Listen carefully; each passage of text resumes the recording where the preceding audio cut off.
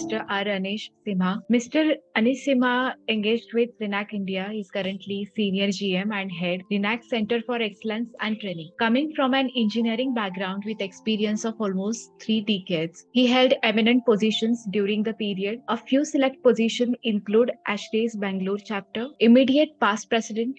He was the national chair of the ISHRAE's Refrigeration Committee, ISHRAE's Technical Committee Chair of Refrigeration, past president of the Association of Ammonia Refrigeration, committee member and chair for refrigeration, ACREX 2018, and conducted training program for AAR, ISHRAE's and ASHRAE's Bangalore Chapter. Today, Mr. Anish will discuss modern cold storage concerning ICAP. Today, I'll be concentrating on the topic modern cold storage with reference to the ICAP. Though the theme of today's discussion is a performance review of India Cooling Action Plan, I would now like to share you what I just downloaded from the internet, which is available. So India Cooling Action Plan is launched by the Ozone Cell of Union Minister for Environment, Forest and Climate Change. And then this is a plan, I think, started in the year 2019. So we are in a very nascent after the plan, not that there are no cold storages or refrigeration before that, but with reference to this plan,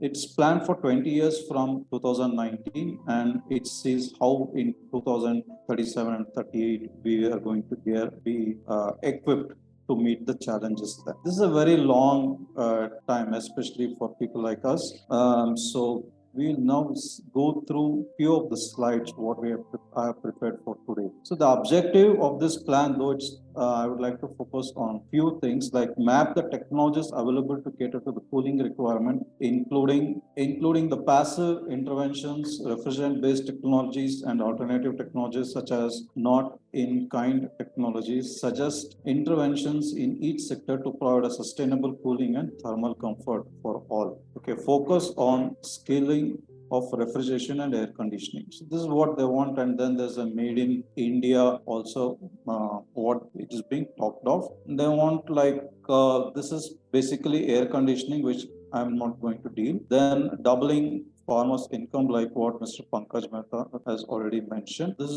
It is also there in the agenda, and as he rightly mentioned, we have to reduce the wastage, and so that the farmers get a better income comparatively. So the rest or the other highlight is Make in India, domestic manufacturing of air conditioning and related cooling equipment. So with this now, I first will just go through what's the cold storage and industry like currently, and then what need to be done to further improve on the horticulture produce. For the rest of the producers, already we have almost reached a level where energy is also being monitored. So as when we go through, we will see how what are the changes that we need to incorporate. Now, cold storage, if these few slides are just an introduction, so we have different kinds. We just classify them as small cold stores, wherein you have a step in, you cannot even walk in, one step in, and then you reach the shelf.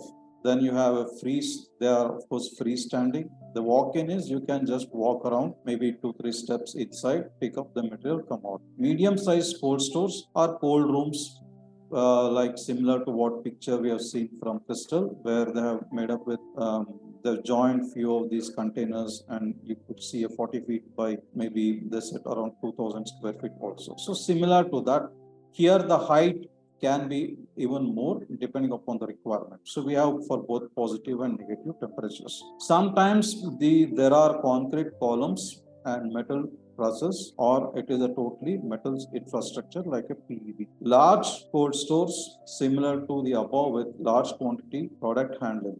So there is, see this difference, it's not like mathematics, we can say 1 + 1 = 2. We cannot get a clear clarification, but this is for our understanding, this is one method of classifying. So bulk and multi-purpose cold storages. The bulk cold stores are producing and consuming centers like potato, apple, orange, raisins. Typical multi-purpose cold stores are, here you have in one facility, you have more than 3 or 4 rooms. Each will be smaller rooms, like if it's a 5,000 metric ton, you can go with 200, 300 metric ton.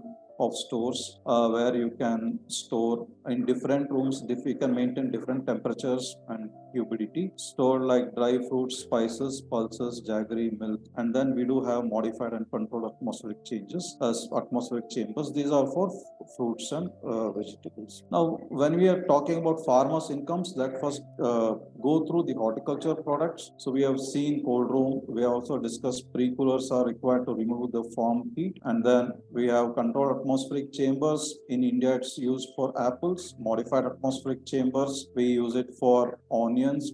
Some people are using it for potatoes and other fruits and vegetables. Of course, these are after the product gets into here. Before that, we also require process hall and the equipments like packing, grading, sorting. Then when we are dealing with exports of some of the fruits which we grow, where we cut them, we also require blast freezers, plate freezers, IQF, straight line or spiral freezer rooms to store them. Then, of course, to avoid the energy loss, these are all very important to save energy. You require a loading and unloading docks, prefab rooms, materials storage. Then we discussed about the reefer body, reefer trucks, which is required for transporting these materials. So in case here, we would like to emphasize on what are the pre-storage treatment. So such that generally after harvesting, to reduce the post-harvest losses, there are treatments for fruits and vegetables and enhance the storage life.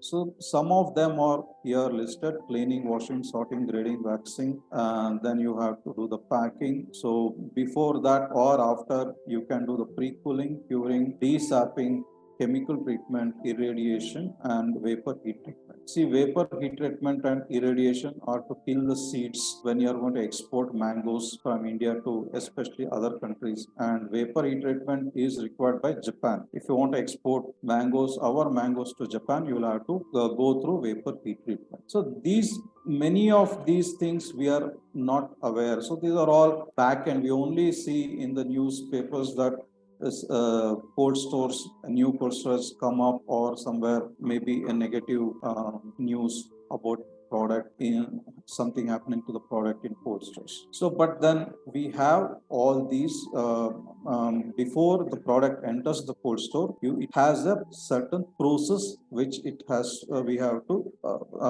apply to all these products. Now, as a cold storage owner, what they are looking at is they want the lowest investment, lower running costs, good product quality, and reduced or no weight deterioration. Of course, this is not there applicable for medicines, because in medicines they do not lose the weight, but they are for basically fruits, vegetables, and also sometimes meat. Everything gets decayed if it's not stored correct. So then easy and trouble-free maintenance. So you have seen some of the units shown there where Crystal Logistics, they have unitary systems which are trouble-free to maintain. As a solution provider, we need, as a refrigeration or companies providing solution, so we need to have a design brief which details what the actual product, where the particular cold storage facility is set up, whether it has proper infrastructure, the location of the site. Then when we are designing, we should see in which earthquake zone they are, etc. So these are typical information which will be collected between the owner and the solution provider, and then we have to sign off. So these are very important information which has to be shared, and once if these are correct, then you will have a trouble-free cold storage. So there are other types, like we have been talking about pallets. So we also have mezzanine store where you store them in gunny bags, and then of course the rack type where you store pallets. Then also the design can also discuss about which is the refrigerant that has to be used. This is again emphasizing the India Action Cooling Plan, where emphasis is given on the refrigerants which reduce global warming potential and do not have any impact on ozone. So that's already being taken care. There are all these refrigerants are now free of chlorine, but then the global warming potential is one of the most point now which is being put put in a lot of efforts to reduce the global warming potential. So then air movement inside the cold storages has to be met as per required so that you get uniform temperature and humidity. Energy efficiency is a main concern. So you should have energy efficiency systems both indoor and outdoor. More than just buying all these things, the most important is good insulation and then how you are going to install them. So installation process is also very important here. So it has to be done by experts who are experienced in this industry. Only then the first time you will get things correctly and then you will be able to start utilizing your cold storage. When we come to the refrigerants, currently we, as Mr. Pankaj Mehta mentioned, carbon dioxide is one of the natural refrigerant, and then ammonia is also another natural refrigerant. Though commercially for small applications, we are still using 410, 134A, 404A. They are HFCs or blends of HFCs, whereas ammonia is a natural refrigerant. You can see it has a slightly more advantage compared to the rest of the refrigerants. So there, carbon dioxide and ammonia are natural refrigerants which can be used for larger cold storages. And then there are applications where if you see the environmental characteristics of refrigerants, the refrigerants what we are using today, 404A is the global warming potential is very high, 3,260, and 407C is around 1530. 134A if you are using, then you can see it's around 1300. Then when it comes to ammonia, it is less than 1. So even the HCs, they are all petroleum based. They have very low global warming potential, but then the technology to use them is being improved. So it's like using an LPG gas as a refrigerant. So now the safety aspects are being designed and then the technology is going to evolve. There are some misconceptions. This is not an ammonia refrigerant promotional activity, but still some of the misconceptions are written here, which you can go through. Ammonia has some properties like it has a pungent smell at 5 ppm, you can know. Then if the ppm goes to 150 to 200, it's slightly irritating. And when you have about 1000 ppm, it's parts per million. So just especially cold stores, if somebody gets stuck inside a cold store, only then you find these kind of situations. Otherwise, if it's in the atmosphere, ammonia is lighter than air, so it keeps escaping to the top. So that's how there are plants working with ammonia as the refrigerants for more than 100 years, and all the dairy, fisheries, etc. Their major refrigeration, even breweries, all of them have the major refrigeration with ammonia as the refrigerant. Only we are concerned about smaller refrigeration plants where we do not have proper compressors to use ammonia as the refrigerant. And in tropical conditions like in India, we cannot go with air-cooled systems with ammonia. So these are the disadvantages what we have because of our location. We are in the tropical zone. So still air-cooled systems are popular, but then the refrigerants are changing. Now we got alternative refrigerants, but then they have to be with lower global warming, comparatively lower global warming potentials. And this is one of the development which is happening, and availability of these also has to increase. So now when we talked about the horticulture. Now we are going to discuss about other than horticulture products, like you require the freezing. We have seen the blast freezer picture shown in the warehouse. So probably there the products have been frozen earlier at the place where it has been produced, and then because of long transportation or just before a longer transportation, you may again further blast freeze it and then dispatch it. So basically these blast freezers are generally used at the manufacturing facility more, so that the produce has to undergo various other processes, and then it's blast frozen. Blast freezing is one part in the process, like ready to eat foods or any dairy, including ice creams, or it can be the marine industry, it can be the meat industry, and in vegetables, it can be cut fruits, cut vegetables. We use the straight line ICAP, wherein it's an individual quick freezer. Blast freezers or process, it's a batch time. There you will have to put the product for 3 to 4 hours, blast freeze it, and then it comes out. Whereas this an IQ individual quick freezers are continuous freezing, which I can show you here. So here through conveyors, you can see green piece entering here. Then by the time it moves from first stage cooling, then it comes out of the second stage cooling. And then when it is coming out, it is blast frozen. So continuously, you can get capacities of 5,000, 6,000 kgs of green piece per hour. And now in the season, they keep running this continuously 24, almost 20 hours in a day, and almost 30, say 90 to 120 days. Continuously, they keep running these IPFs. Then when it's off season for green piece, then they are unable to use this IPF. But now people have started using them for other, like we have customers where they use pieces of carrots, beans, etc. Even coconut gratings. Many of these vegetables are cut into very, very minor blocks, and then the cut vegetables are frozen. This is how the spiral, you can see there's an insulated room which is airtight, and then the product comes in and comes out here. Similarly, this is another insulated room where the product enters through a conveyor, then it moves spirally up, and then it starts coming out. So here also you have the continuously you can keep putting in the product as and when it is being manufactured.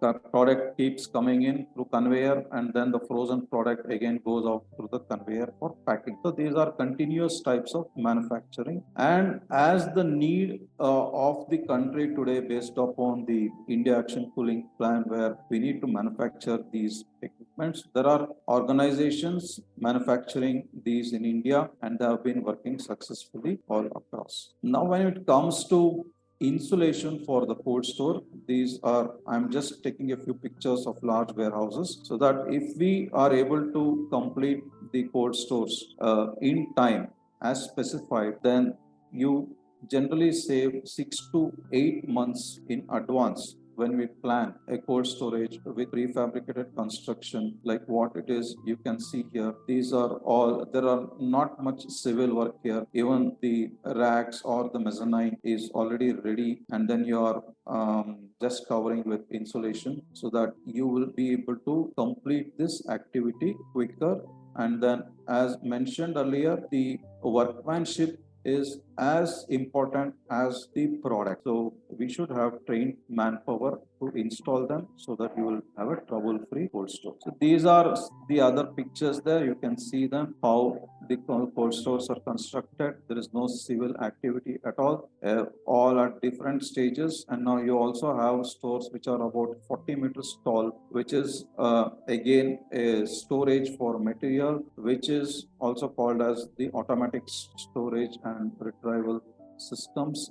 They incorporate them, you can see them. In the general cold storage, you have this way wherein you have slightly larger aisle spaces wherein the vehicle moves. You pick up these and then the vehicle comes out of the room. So you'll have to pass through the ante room and then take the material out. There are chances that these doors generally are kept open because vehicles keep coming in and going out, unless we are very strict in operation, where only those organizations where they are strict in the operation, they are the ones who are saving on energy or not consuming unnecessary energy. As a replacement for a very large warehouse, now this is a fully automatic warehouse where everything comes on conveyors, and then there are cranes like this which pick up this particular, it's all barcoded, and even the location is automatic. The crane picks it up and positions it. So if you want to retrieve it, again, there's another conveyor probably, or on the same conveyor, depending upon the design, it keeps coming out. So advantages here are you do not require a very large door. Here you require a door because you want the MHE to move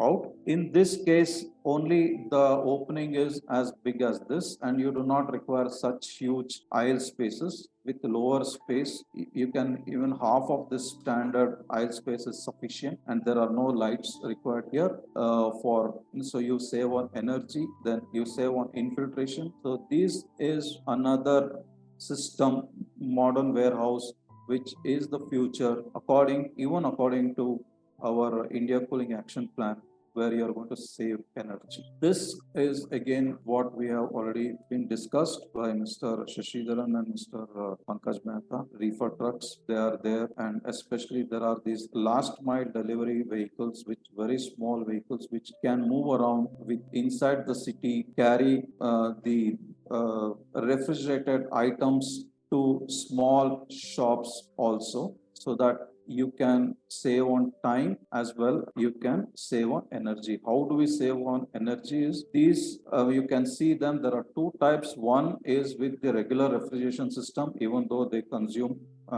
since the refrigeration capacities are low, they consume lesser power. If you do not want even to use this refrigeration system, you can go with stored refrigeration, wherein, as Shashidharan mentioned, the refrigeration system works only during the night. It is plugged to the standard 220 volts or the board power. It can be a three-phase or a single phase. To plug it in overnight, and then next day the vehicle moves for delivery.